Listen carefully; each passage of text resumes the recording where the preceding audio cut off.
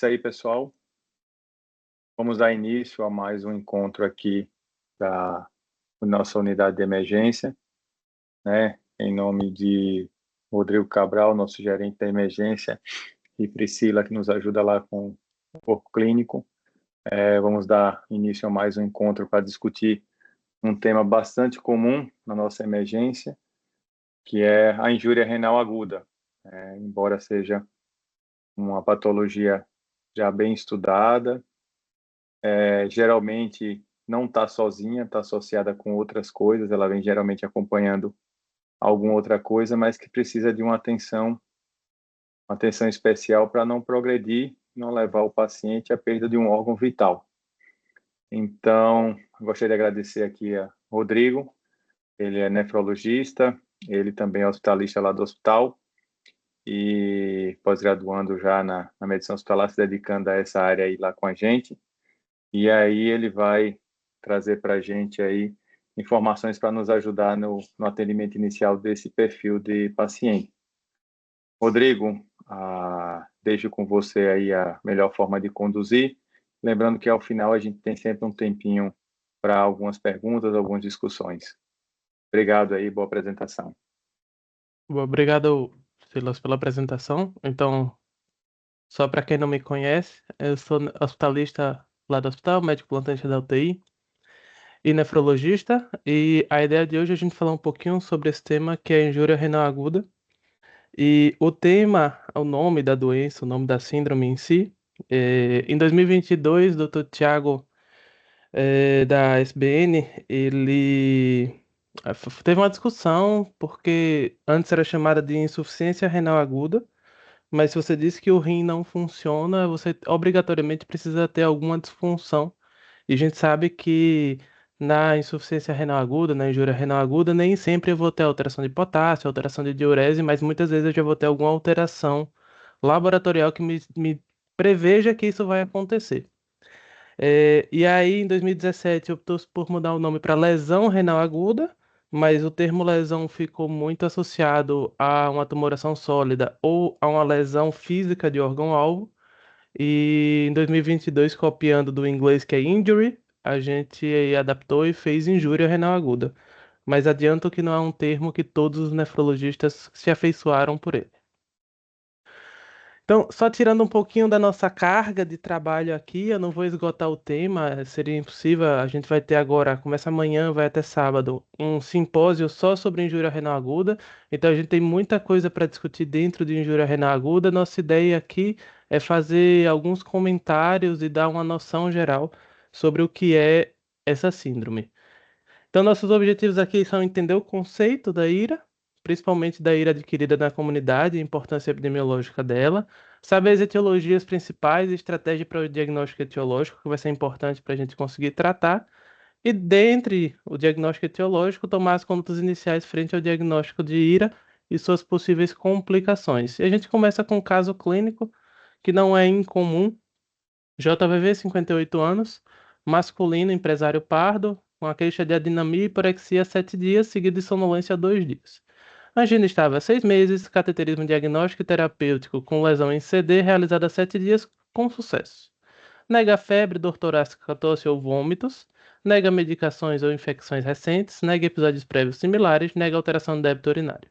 Diabético e hipertenso há 20 anos, em uso de metformina, empaglifosina, losartana, atorvastatina e AS.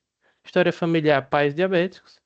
E no exame físico a gente vê um paciente com Glasgow de 14, frequência cardíaca já no limite superior da normalidade, pressão arterial adequada, sem turgência jugular, sem sinais claros de hipervolemia, sem edema, um exame físico fora sonolência relativamente normal.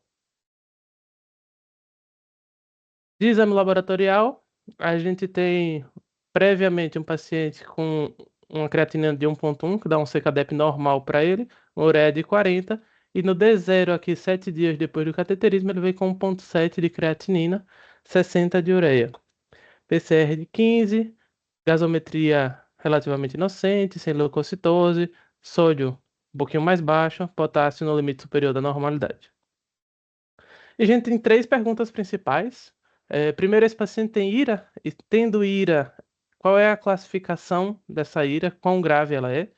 Segundo, 5 possíveis etiologias para a ira do paciente. Eu sei que é muito fácil a gente escolher sempre uma doença mais provável e esquecer que existem outras possibilidades. E se eu tenho 5 possíveis etiologias, 5 exames que eu poderia solicitar nesse momento para confirmar ou descartar minhas hipóteses. Então, quando eu penso em lesão ou injúria renal aguda, não estou falando de uma doença específica, eu estou falando de uma síndrome. Uma síndrome onde eu tenho uma queda reversível da taxa de filtração glomerular. E quando eu penso na grande associação global que a gente tem, que é o CADIGO, que é uma conjuntura de nefrologistas internacionalmente se reunindo a cada 4 anos para decidir as melhores condutas possíveis que a gente tem baseado em evidência, o CADIGO sugere para a gente que a definição de IRA vai ser aumentar a creatinina em 0,3 em 48 horas, aumentar 50% da creatinina base em 7 dias, ou seja, de 1 para 1,5, débito urinário menor que 0,5 ml quilo-hora por 6 horas, oligúria em 6 horas. E o CADIGO sugere para a gente classificar da seguinte forma: se eu estiver diante de um paciente que ainda não dobrou a creatinina, CADIGO 1. Se ele dobrar a creatinina, CADIGO 2. Se ele triplicar a creatinina, CADIGO 3. Era 1,5, foi para 4. Não é CADIGO 3 por triplicar, mas qualquer creatinina maior que ou igual a 4, eu também vou chamar de CADIGO 3. Se por algum motivo qualquer eu começar a diálise nesse paciente, ele também vai ser CADIGO 3. Não necessariamente um paciente com CADIGO 3 significa que ele vai dialisar, nem eu só vou dialisar pacientes CADIGO 3. Paciente, por exemplo, que faz anúria súbita por 12 horas, ele pode ter indicação de diálise e ainda está com a creatinina baixinha porque vai subir ao longo do tempo. Quando eu falo de débito urinário, isso um pouco menos para o pronto-socorro, porque é um dado objetivo que normalmente a gente não tem de casa, mas oligúria 0,5 ml quilo-hora até 12 horas, CADIGO 1, mais que 12 horas, CADIGO 2, oligúria grave por 24 horas ou anúria por 12 horas, CADIGO 3. E a história natural da ira, ela se dá por um aumento da creatinina, muitas vezes atrasado do insulto renal. Então, eu tenho eventualmente um processo infeccioso que começa aqui, a função renal começa a piorar, mas como a gente tem 2 rins e a gente só precisa de um para viver, teoricamente a gente tem 100% de capacidade renal a mais. Nossa creatinina sai ali de 0,7 para 0,8, clinicamente para a gente não vai ter muito significado, mas do ponto de vista metabólico ele piorou muito a taxa de filtração glomerular. E quando ele vai passar de 0,3, isso já acontece 48, às vezes 72 horas depois do insulto. O diagnóstico clínico pela creatinina é um diagnóstico atrasado, mas é o melhor marcador, o mais sensível que a gente tem. E daí a gente vai ter um paciente que sai de um paciente normal, que com antecedentes ele vira de risco aumentado. Ele pode ter algum, por exemplo, um cateterismo que faz dano renal sem abaixar a taxa de filtração glomerular pela creatinina. Isso pode evoluir para uma taxa de filtração glomerular reduzida, que então daria aí insuficiência renal, que é quando o rim não consegue mais manter a homeostase. Hipercalemia, acidose, oligúria, edema. E isso tudo está dentro do espectro de injúria renal aguda. Veja, esse paciente aqui é injúria renal aguda. Esse paciente aqui, que vai precisar de diálise de urgência, também é injúria renal aguda. Então, essa síndrome toda ela tem diferentes níveis de gravidade. E o nosso principal problema é que a gente não consegue identificar o paciente com o damage, o dano renal. A gente não tem uma troponina do rim ainda. A gente tem alguns biomarcadores sendo desenvolvidos e ainda de uso clínico não possível pelo custo e pela disponibilidade farmacêutica, mas NGAL, KIM1, IL-18, TIMP1, dentre outros possíveis marcadores que a gente possa ter, marcadores do ciclo celular, nefrocheck, todos esses marcadores eles tentam achar o paciente com injúria renal aguda antes da creatinina subir, que a gente sabe que ele existe, mas nesse momento a gente não consegue achar ele ainda.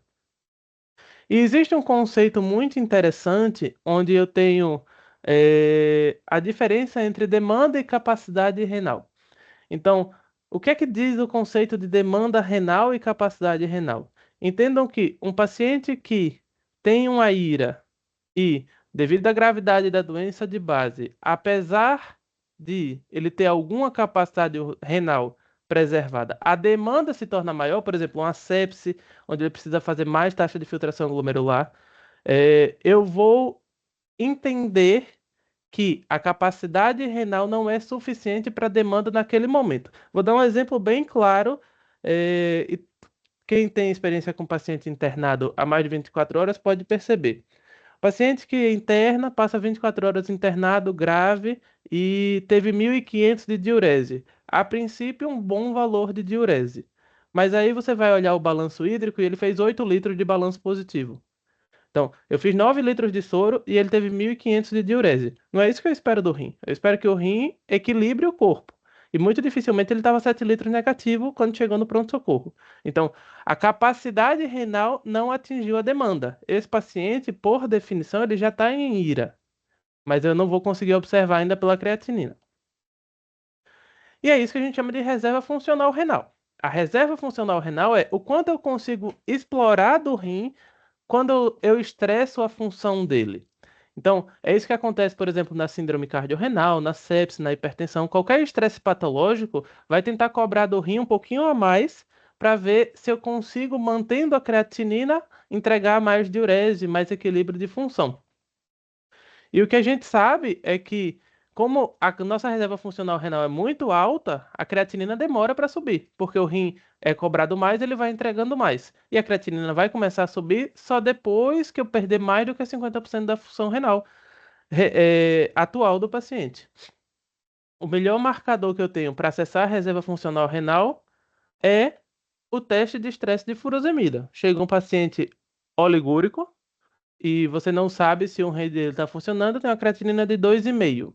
Como definir se o rim dele tem chance de recuperar e essa creatinina de 2,5 é transitória ou se de fato eu já tenho um túbulo que está sofrendo? Eu coloco furosemida. Se a furosemida chegar no túbulo, eu sei que o vaso sanguíneo que leva a furosemida está chegando sangue no túbulo, o túbulo está com a célula intacta, não tem nenhum tipo de necrose ou apoptose tubular que impede a furosemida de agir, e de fato eu não tenho obstrução da saída renal, e vai induzir diurese.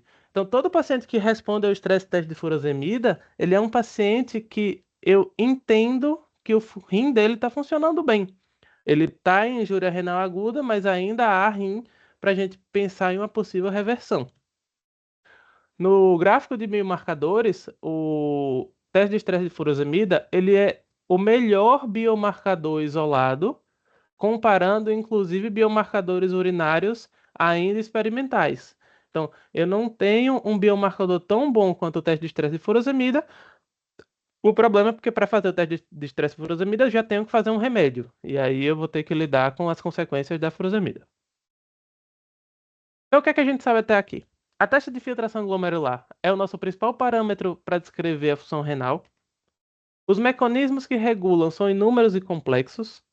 Eu tenho estimativas por meio de fórmulas que podem ser usadas, mas são limitadas na IRA. Então, paciente que chega com 1,5 de creatinina no pronto-socorro, eu até posso usar o CKDEP para tentar entender, mas não é a melhor fórmula possível, porque o CKDEP, o MDRD, o Crocroft-Gault, todos foram fórmulas calculadas com pacientes estáveis de consultório.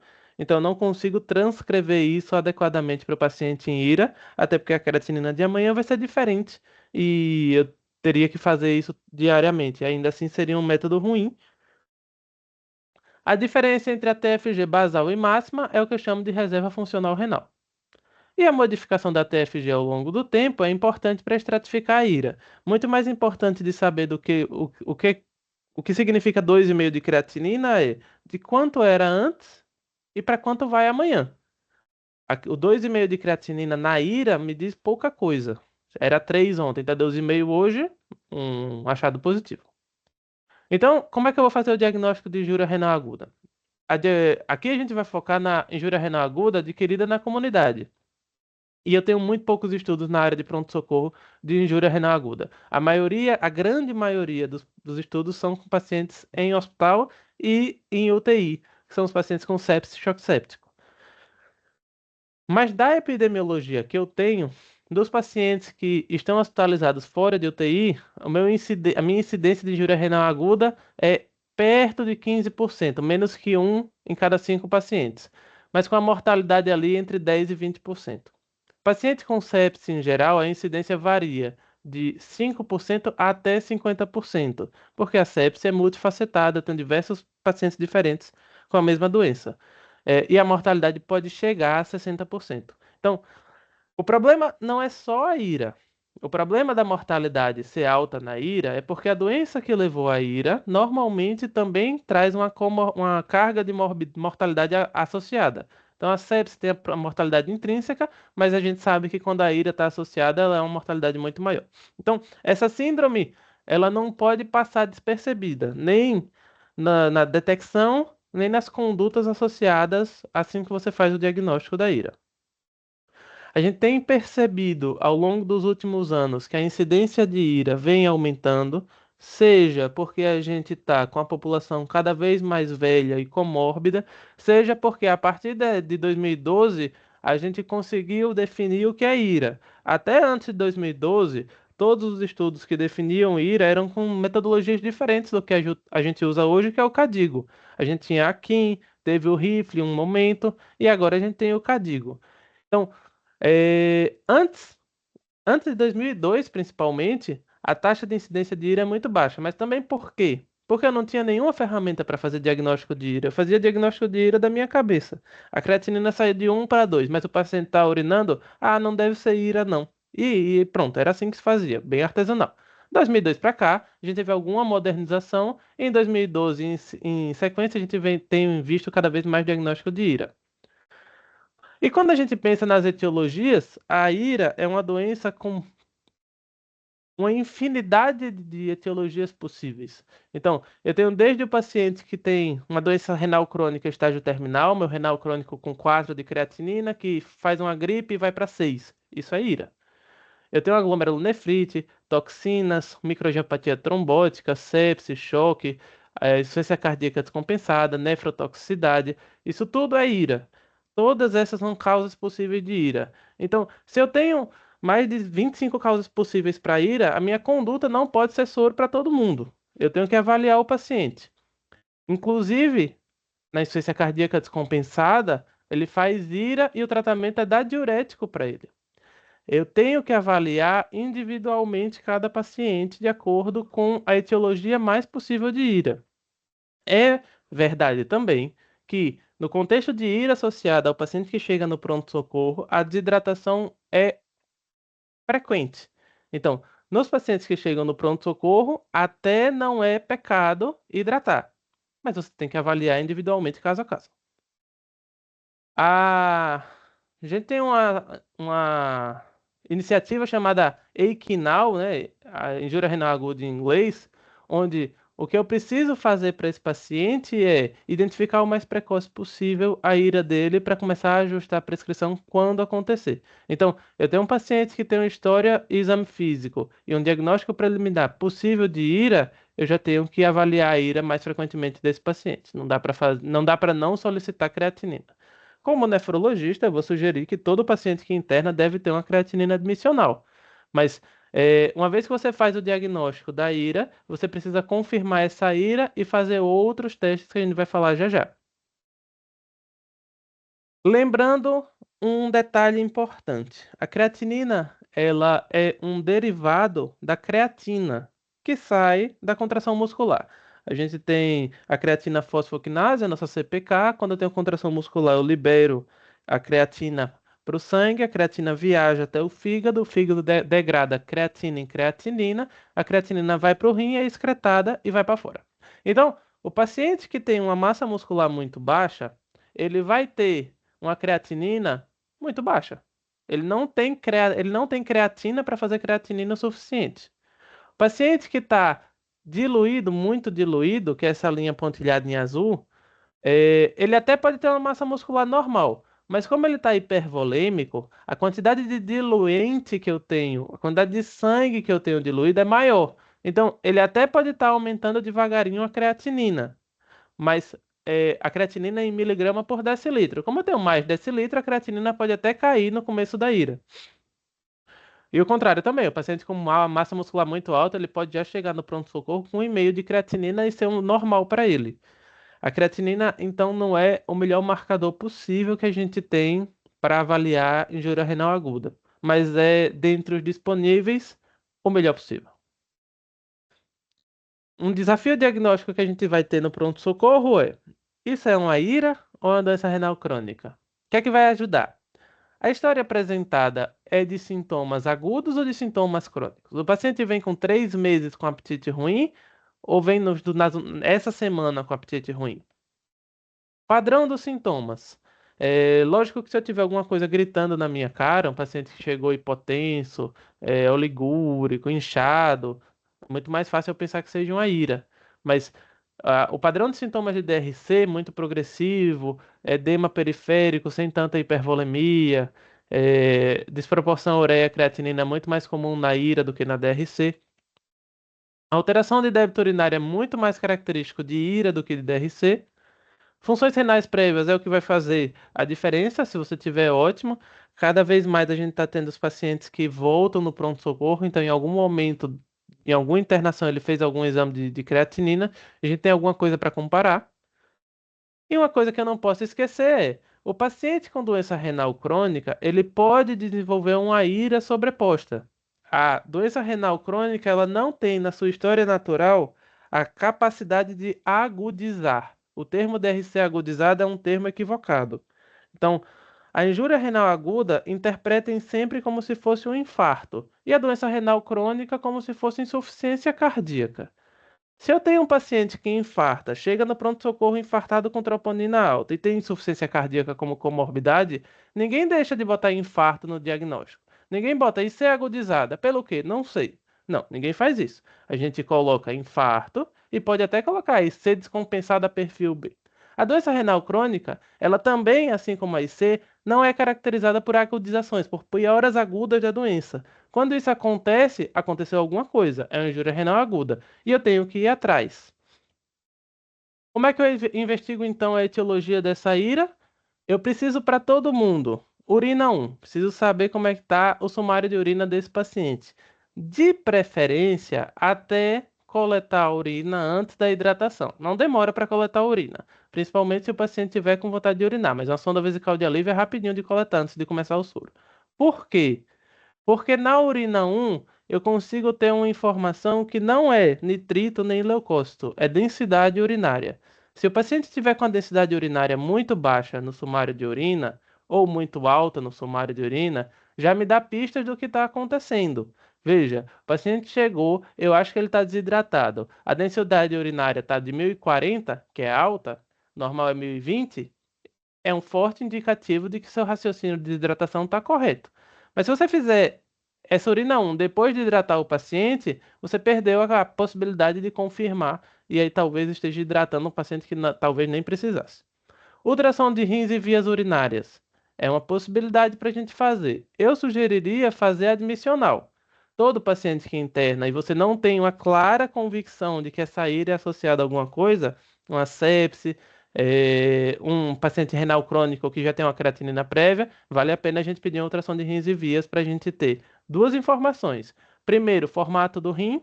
Segundo, se ele tem ou não obstrução urinária. Passou da ultrassom de rins e vias urinárias, não consegui fechar diagnóstico pela urina 1, ultrassom de rins e vias e história, que está aqui em cima. Aí eu tenho que acionar o colega da nefrologia, porque eu estou diante de causas específicas de injúria renal aguda.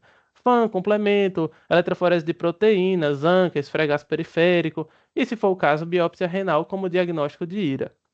Diria que, do ponto de vista do pronto-socorro, eu ficaria muito feliz se todo paciente que internasse já tivesse pelo menos pedido ultrassom e urina 1 coletada. Quando a gente pensa nas causas mais possíveis de ira que a gente tem dentro do hospital, isso não é só do pronto-socorro, as principais são desidratação, hipotensão, choque, pacientes cardiopatas, sepse. E a soma aqui dá mais de 100% porque os pacientes podem ter mais de um evento. Os pacientes em choque séptico pontuam nos dois nesse estudo, por exemplo.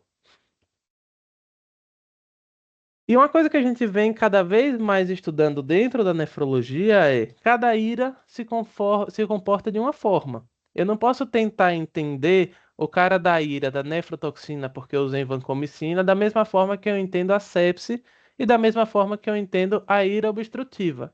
São pacientes diferentes. Então, a gente entende que dos próximos 10 anos, cada vez mais a gente vai ter subfenótipos da ira. Assim como a gente tem subfenótipos da IC, a gente vai ter subfenótipos da injúria renal aguda. A ira associado a contraste. Então, ira associada a contraste, a gente percebeu, por exemplo, que soro não adianta e bicarbonato não adianta, a solução bicarbonatada. Mas na ira da sepse, a gente sabe que fazer bicarbonato mais cedo talvez seja benéfico. E aí a gente vai identificando cada perfil de ira e personalizando a conduta. E esses subfenótipos cada vez mais vão ser associados a biomarcadores genéticos. Cada vez mais a gente está tendo o desenvolvimento da medicina de precisão e existem algumas perguntas que a gente ainda não sabe responder, mas a gente já tem algumas pistas. Por exemplo, por que que dois pacientes com a mesma sepse da mesma bactéria, um faz IRA, o outro não faz IRA? Talvez a gente tenha uma carga genética que um paciente tenha mais fragilidade no tecido renal do que o outro. Então, de forma sucinta, o que é que eu tenho que lembrar que posso ter de etiologia? Pré-renal e pós-renal, relativamente fácil, normalmente a gente não esquece, e parenquimatosa. A pré-renal pode virar isquemia e necrose tubular aguda virando parenquimatosa? Pode se sustentar. Paciente que passa 3, 4 dias desidratado em casa, paciente que chega em cetoacidose diabética severamente desidratado, ele pode ter dano renal intrínseco já instalado. Mas aí a gente vai ter uma etiologia mista. Inflamatória, principalmente sepse, pós-operatório mais para UTI, pancreatite no pronto-socorro, tóxicos e imunológica, mais como causa de exclusão. E aí a gente tem esse artigo que eu trouxe mais como recomendação de leitura. O que é que eu faço de exames diagnósticos? Mas se vocês forem ler, vocês vão ver que ele vai acabar em sumário de urina e ultrassom de rins e vias como exame admissional. Sumário de urina, o que é que a gente sabe do sumário de urina? É o teste não invasivo mais importante na injúria renal aguda porque ele vai me dizer o que é que está acontecendo no rim. Hematúria, leucocitúria, densidade urinária, pH urinária, se tem proteinúria ou não tem proteinúria. E cada padrão de urina 1 vai me dar uma sugestão de etiologia possível. Então, paciente que tem eosinofilúria muito acentuada pode ser uma nefrite intersticial aguda, que é como se fosse uma reação alérgica do rim. Paciente com dismorfismo eritrocitário na urina, muito específico de hematúria glomerular. Talvez eu tenha uma causa na ira de uma glomerulopatia. E por aí vai. Esse estudo é um estudo de 2012, já é antigo, mas ele traz para a gente um problema que talvez vocês não vejam tanto no pronto-socorro, ele é muito mais comum na UTI, de fato, onde eu tinha a impressão de que o paciente com relação à ureia-creatinina aumentada ia melhor. Porque a creatinina é mais baixa, é 2 de creatinina, 200 de ureia, estou indo bem. O que ele mostra é que não estou indo tão bem assim. Na realidade, os pacientes com desproporção ureia-creatinina provavelmente são pacientes mais inflamados e pacientes mais catabólicos. Então, a ureia assusta muito mais do que a creatinina. Creatinina de 10, ureia de 150, se não tiver nenhum distúrbio associado, hipercalemia, acidose ou ligúria, tô tranquilo. Dá para eu ver amanhã com calma. Ureia de 250 me assusta. Então, principal exame de imagem da investigação da IRA é a ultrassonografia. E os padrões de ultrassonografia a gente pode fazer até beira-leito. O rim é um órgão relativamente fácil de se achar. Eu tenho o rim normal na primeira imagem. Na segunda imagem, um rim que está muito mais branquinho, a gente chama de hiperecogênico, onde eu tenho uma sugestão de que esse rim perdeu a diferenciação córtico-medular. E nesse caso, pode ser um evento agudo inflamando todo o córtex, que é a parte de fora do rim. No terceiro, eu tenho um rim com hidronefrose, e me faz o diagnóstico de uma ira pós-renal. No quarto, aqui embaixo já, eu tenho um rim que tem vários cistos salpicados no rim, e isso é uma doença chamada doença renal policística. muito mais característico da doença renal crônica, muito difícil agudizar. No quinto, eu tenho um rim, uma bexiga, com uma massa na bexiga, isso pode ser um fator que está fazendo obstrução, por exemplo, mas também é um aliado, no caso de quem vai fazer o POCUS, de dizer mais uma informação etiológica possível para esse paciente. E no sexto, aqui no cantinho, eu tenho um rim com a perda total de diferenciação córtico-medular e um aspecto contraído, muito característico do paciente com doença renal crônica. Então, o POCUS pode ser uma ferramenta de me ajudar a diferenciar se o paciente tem IRA ou DRC. Na investigação da IRA, o padrão ouro para saber se é pré-renal ou necrose tubular aguda, IRA renal intrínseca, é resposta ao desafio hídrico. Faço o volume e vejo se o paciente responde. Para o pronto-socorro, o raciocínio está perfeito. Para UTI, o raciocínio não está tão perfeito assim.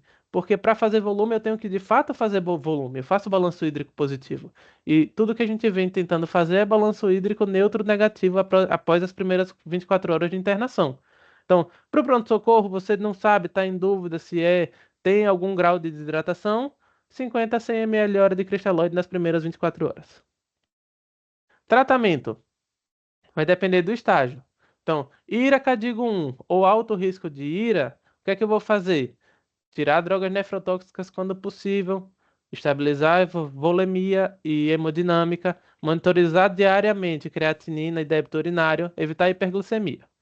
CADIGO 1 adiciona diagnóstico invasivo. CADIGO 2, para o CADIGO, talvez admissão em UTI, porque eu estou diante de uma disfunção orgânica em avanço, e talvez diálise. Tenho que olhar. Tem potássio, tem bicarbonato. Esse paciente, teoricamente, é para estar com a nefrologia. Iracadigo 3, avaliar a diálise diariamente. Qual vai ser a nossa conduta, então? Chegou o paciente no pronto-socorro com IRA. Está hipovolêmico, 100 ml por quilo em 24 horas de volume. A volemia está normal ou você não tem certeza que é hipovolemia, peque por menos. Faça 1 litro de cristalóide e vá avaliando. Você faz uma alíquota de 500, avalie em 6 horas de plantão. Paciente que está hipervolêmico e oligúrico, furosemida. A furosemida ela não é nefrotóxica, a desidratação é nefrotóxica. Então, se o paciente está claramente hipervolêmico com IRA, a furosemida não vai piorar a função renal dele. Ah, Rodrigo, mas eu fiz e no outro dia a função renal piorou. Ela já ia piorar, não foi a furosemida que fez ela piorar. Se eu tiver uma dose muito alta de furosemida, mais do que 1 grama ou mais do que 200 miligramas por infusão, mais do que 5 ampolas, é melhor fazer infusões mais prolongadas, BIC. Porque quanto mais rápido eu faço a furosemida, mais rápido eu desidrato o ouvido interno e aumento a chance de ototoxicidade. Então, furosemida em bomba não tem grandes vantagens em mortalidade, mas diminui a ototoxicidade. Isso, mas furosemida em bomba a gente quase não vai ver, porque 1 grama por dia a gente não faz de furosemida. 1 grama por dia seria 50 ampolas. Não, não vai fazer. Discussões que a gente precisa ter diante da hidratação no paciente com IRA. Primeiro, cristalóide versus coloide. Segundo, balanceado versus salina. Terceiro, conservador ou agressivo de volume. Já adianto que a gente tem sido muito mais conservador no contexto de sepse choque séptico. Timing, ressepse, ou seja, o paciente que estava no andar internou por um motivo X e agora já no andar ele faz uma sepse nova. Eu tenho que fazer expansão volêmica nesse paciente? Talvez não, porque ele está adequadamente hidratado já da internação que a gente vem manejando ele. Quinto, idosos cardiopatas, doença renal crônica, estágio 5D que interna no pronto-socorro, eu tenho que ser muito agressivo? Provavelmente não. Eu não vou fazer 100 ml por hora em 24 horas para esse paciente. E monitorizar. Eu preciso monitorizar a resposta desse paciente, principalmente através de débito urinário e creatinina pelo menos diária. Então você segue no pronto-socorro, a gente ainda vai voltar para o primeiro caso, mas esse é só para trazer um pouco mais de complexidade a esse tema que é tão difícil na prática clínica. Então, paciente de 70 anos, admitido em uma sala de emergência com sepsis de foco pulmonar. Já veio transferido da UPA, já entubado, recebeu 3.500 de soro de cloreto de sódio a 0,9% nas últimas 6 horas. Na admissão, sedado, ventilação mecânica em modo espontâneo, FO250 saturando 90, em uso de noradrenalina 0,3, PAM 68, frequência cardíaca 104, perfusão periférica limítrofe, lactato arterial 36, que o nosso seria 4, PVC de 10, débito urinário nas últimas 6 horas 0,25, creatinina de hoje 1,9, ureia de 100. Esse paciente merece mais volume? Deixo aí 10 segundos para vocês pensarem. É uma decisão difícil, porque a resposta na minha cabeça é: eu preciso de mais informação. Ele já recebeu 3.500, é um volume muito alto. Muito dificilmente eu, estando de plantão no pronto-socorro, faria volume adicional para esse paciente. Mas eu preciso de mais informação. O que é que os guidelines de sepse dizem sobre volume?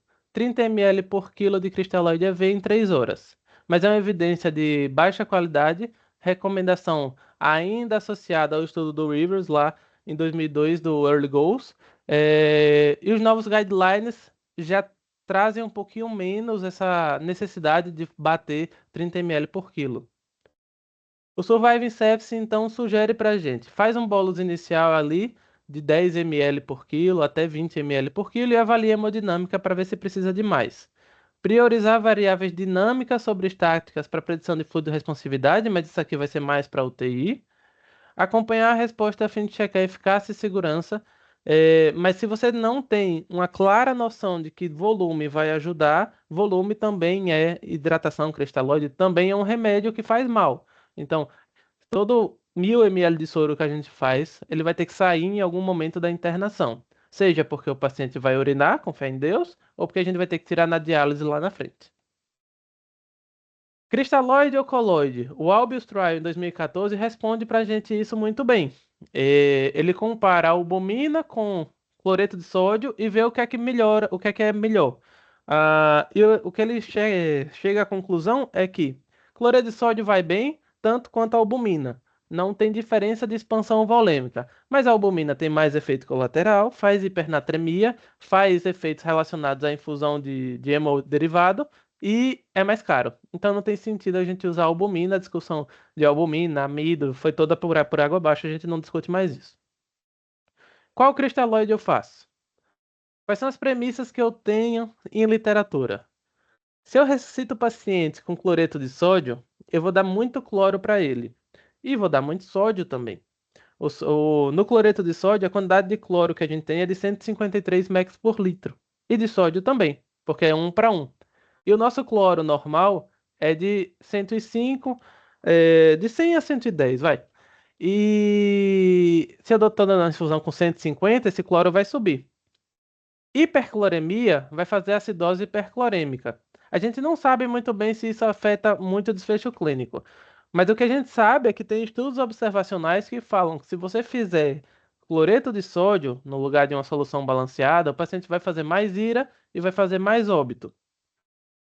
Esse estudo é um estudo que correlaciona muito bem isso.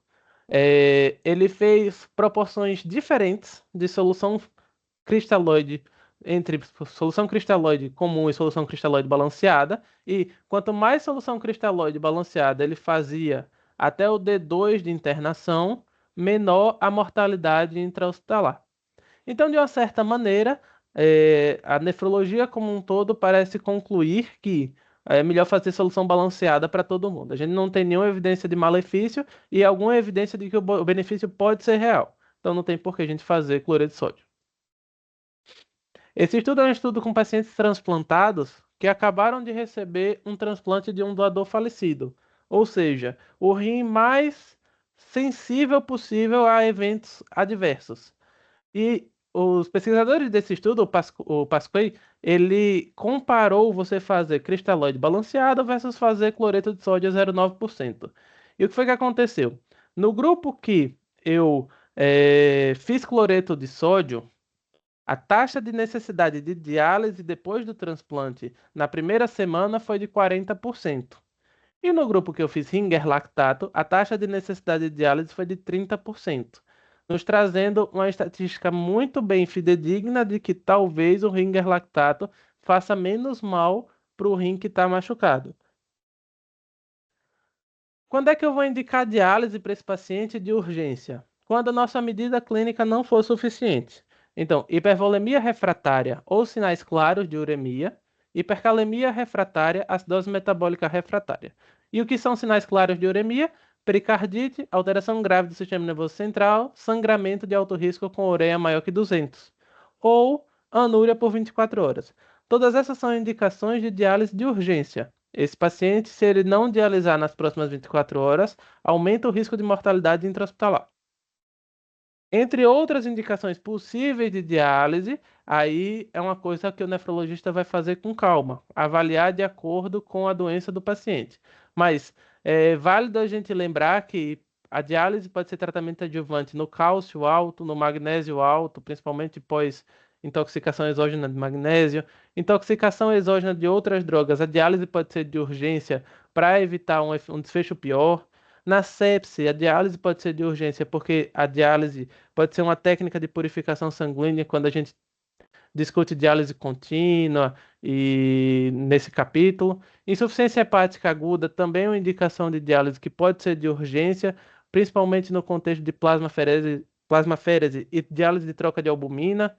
Hipernatremia é muito questionável, mas a gente consegue corrigir o sódio rápido com diálise. Então, é uma coisa para a gente discutir em protocolo. Nossa prescrição, então, vai depender de acordo com o que o cliente tem. Se ele tiver hipercalemia, vou tratar o potássio. Se ele tiver acidose metabólica, com pH menor que 7,1 ou pH menor que 7,2 e BIC menor que 18, eu vou fazer solução bicarbonatada, que é o bicarbonato padrão com 850 de soro glicosado para fazer um equilíbrio de sódio, né? 150 de sódio em 1 litro fica 150 mEq por litro de sódio. Hipocalcemia, vou corrigir conforme necessário, hiperfosfatemia também. E aí, de acordo com cada etiologia ou cada manifestação da ira, eu vou tratar de uma forma diferente. Eu tenho paciente com ira que vai fazer hipercalemia mais cedo, tenho paciente com ira que vai fazer acidose mais cedo. E eu tenho que ativamente procurar. O paciente tem ira, ele tem hipercalemia, ele tem acidose, ele tem hipervolemia, a ureia está alta fazendo sintoma. É, Só que, para reforçar meu ponto, dos cristalóides, quanto mais balanço positivo a gente faz, pior a nossa mortalidade. E quando a gente começa a furosemida mais cedo na internação e faz uma estratégia mais restritiva de fluido, o paciente vai melhor e acumula menos balanço hídrico, durante a internação. Então, todo o começo, os 10 minutos mais interessantes de cada especialidade clínica é a medicina de emergência. Então, toda a história da UTI começa no pronto-socorro. Se eu abrir a internação com 5 litros de soro, muito difícil eu conseguir fazer muita coisa nas próximas 72 horas. Ele já vai estar 5 litros positivo. É, Diurético. Posso fazer diurético na ira, então? Posso. É seguro, não oferece benefício direto sobre a vida, mas diminui balanço hídrico, e diminuindo o balanço hídrico, negativando o balanço hídrico, eu consigo melhorar desfecho. Tem um estudo chamado SPARC, foi o piloto, mas mostrou que furosemida no paciente que chega no pronto-socorro não piora o desfecho da ira, que é esse estudo aqui.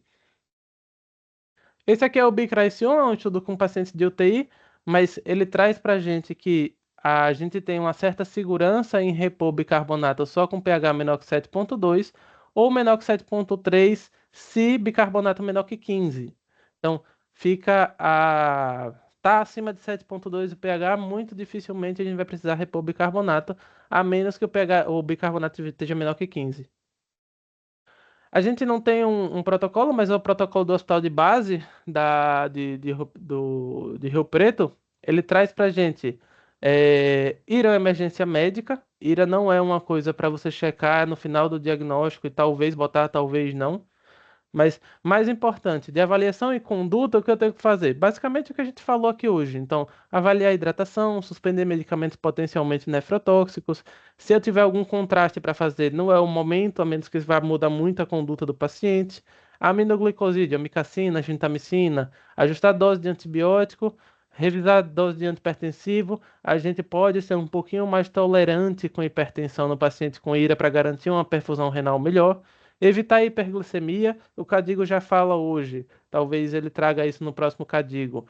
de uma metaglicêmica abaixo de 150 para os pacientes com IRA, creatinina diária, diurese balanço hídrico, urina 1 e avaliar a necessidade de ultrassom renal. Então, voltando para o nosso caso para finalizar, só lembrando, JVV 58 anos, masculino, empresário pardo, adinamia e hiporexia 7 dias, seguido de sonolência 2 dias. Angina estável 6 meses, CAT diagnóstico e terapêutico com lesão em CD realizada 7 dias com sucesso. Nega febre, nega dor torácica, nega tosse, nega vômitos, nega medicações e infecções recentes, nega episódios prévios similares, nega alteração de débito urinário. Diabetes e hipertensão há 20 anos, metformina 2 vezes, empaglifosina, losartan, atorvastatina e AS. Pais com diabetes. Glasgow 14, a única alteração do exame físico dele. E uma frequência respiratória de 22. Os exames, só para lembrar, são esses. A creatinina sai de 1 para 1.1 para 1.7. E no laboratório não tenho nenhuma emergência dialítica visível. E aí?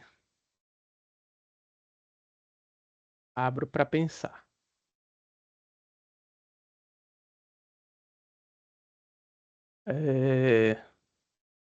Fica como sugestão para a gente estender nosso leque diagnóstico na IRA, então.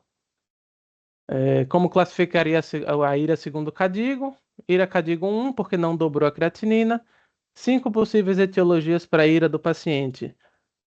1, o próprio cateterismo fazendo contraste. Hipovolemia pode ser, sepse pode ser, ele tem uma história de sonolência, uma história mais aguda. Precisa de mais informações sobre outros exames e do que é que ele fez na internação prévia, mas ele pode estar fazendo uma nefrite intersticial aguda por algum remédio que ele fez na internação, algum antibiótico, profilático para o cateterismo, omeprazol, ou ele pode estar fazendo ateroembolismo, onde, por conta do cateterismo, eu comecei a chuveirar trombo para todo lugar, incluindo para o rim. 5 exames que eu solicitaria nesse momento: ureia e creatinina de controle, sódio e potássio, gasometria venosa pelo menos, mas se você quiser colher arterial não está errado também, ultrassom de rins e vias urinárias, sumário de urina. E abro espaço para a gente bater papo.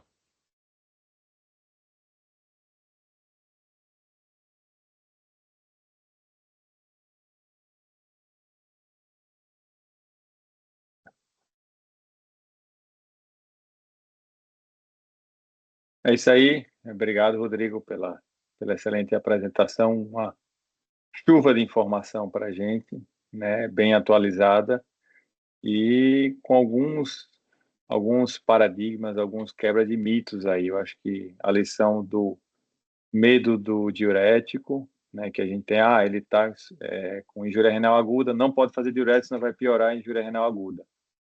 Não é bem assim. Sobre o volume, né? É necessário na maioria das vezes, mas, né, tem que sempre analisar bem, que possa ser que não. E qual foi a terceira coisa? Foi e pensar em outras causas, não só a parte pré ou pós-renal, mas fazer uma avaliação melhor do estado geral do paciente. Eu acho que os pontos principais aí para mim foram esses: a questão da furosemida, a gente perdeu um pouco o medo dela. Como você falou, não é que a gente vai deixar de horário para aquele paciente, mas naquele momento, se você acha que ele tem algum sinal de congestão, né, talvez seja até muito mais útil e muito mais eficaz do que simplesmente dar volume para o paciente. É isso aí, pessoal. Vamos aproveitar aí para tirar nossas dúvidas, nossos pacientes aí, o que é que a gente faz, o que a gente não faz. Eu acho importante também outra coisa, de lembrar de associar o sumário de urina, né? Não só pensar em infecção, mas para avaliar a urina do paciente, a função renal dele.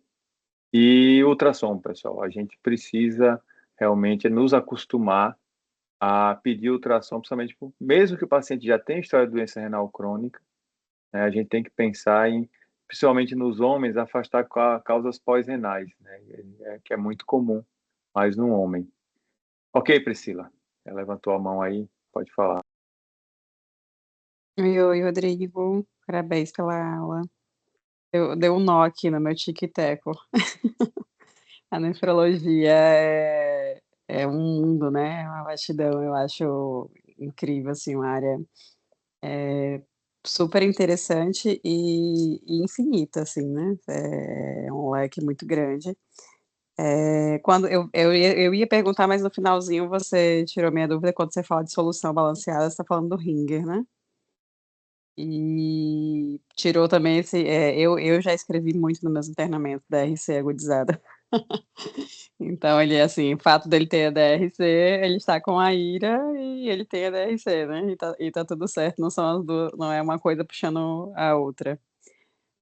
Obrigada pela aula, né, acho que traz realmente, bastante informação, coisa bem atual, traz essa desmistificação do medo, né, da furosemida. Parabéns. Só para ser justo, Pri, a maioria dos estudos eles são com plasma light, eles não são com Ringer lactato. Mas a gente Entendi, traduz que são equivalentes, sabe? A gente não vai ter plasma light, a gente tem Ringer lactato, não vale a pena refazer os estudos. entendi.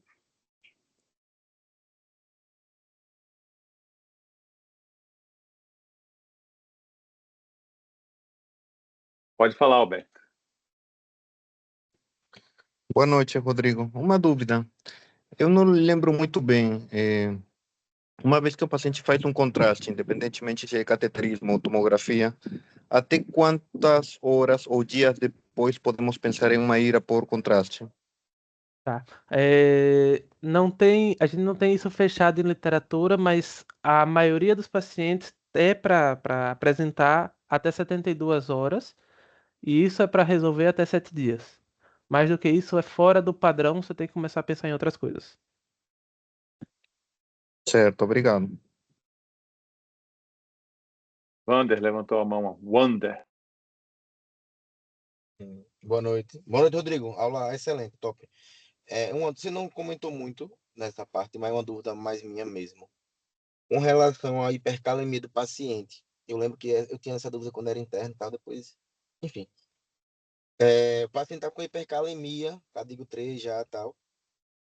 É interessante, por exemplo, tá, chegou aí no primavera, tá com potássio de 7,5. Foi conversado com vocês, vai dialisar o paciente. É interessante fazer as medidas para hipercalemia nesse momento. Tá. Vai depender da programação da diálise, mas em geral eu vou dizer que sim, você não vai perder nada, tá baixando um pouquinho esse potássio, vai botar ele um pouquinho mais seguro.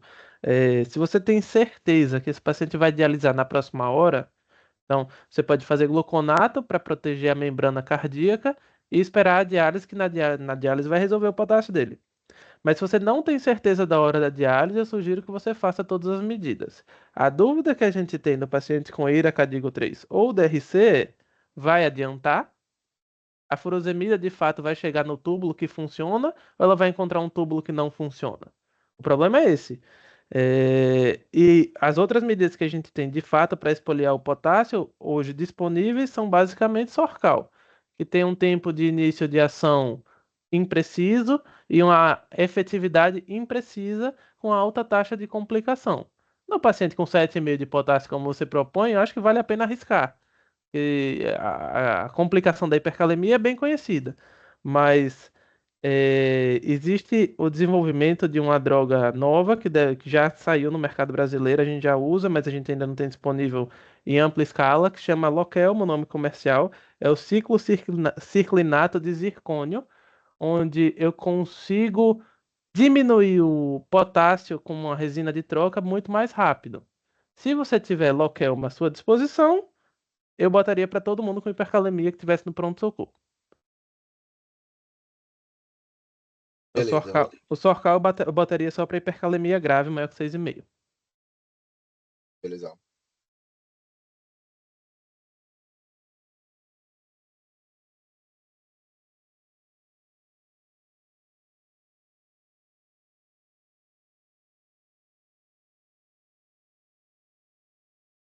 E aí, pessoal? Mais alguém tirar alguma dúvida? Aproveitar aqui o momento.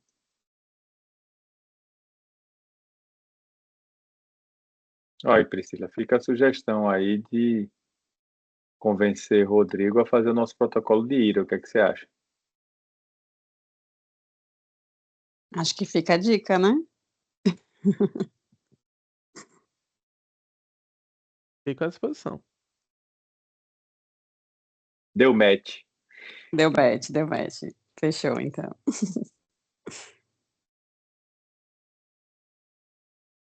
Então, pessoal, gostaria de agradecer a presença de todos aqui que se dispuseram a estar aí online aí para aprender um pouco mais. Mais uma vez a Rodrigo por ter se disponibilizado para estar aqui passando para a gente mais informação. E, afinal de contas, o grande beneficiado é o nosso paciente. Quanto mais informação, quanto mais conhecimento a gente puder ter à disposição para atender nossos pacientes, mais ele vai se beneficiar. Parabéns a todos que estão procurando angariar mais conhecimento e ter uma prática mais baseada em evidência. Muito obrigado, Rodrigo, em nome de Cabral e de Priscila. Agradeço mais uma vez. Agradeço a todos aqui presentes e a gente vai encerrando por hoje. Um abraço a todos e uma boa noite. Boa noite. Boa noite, pessoal.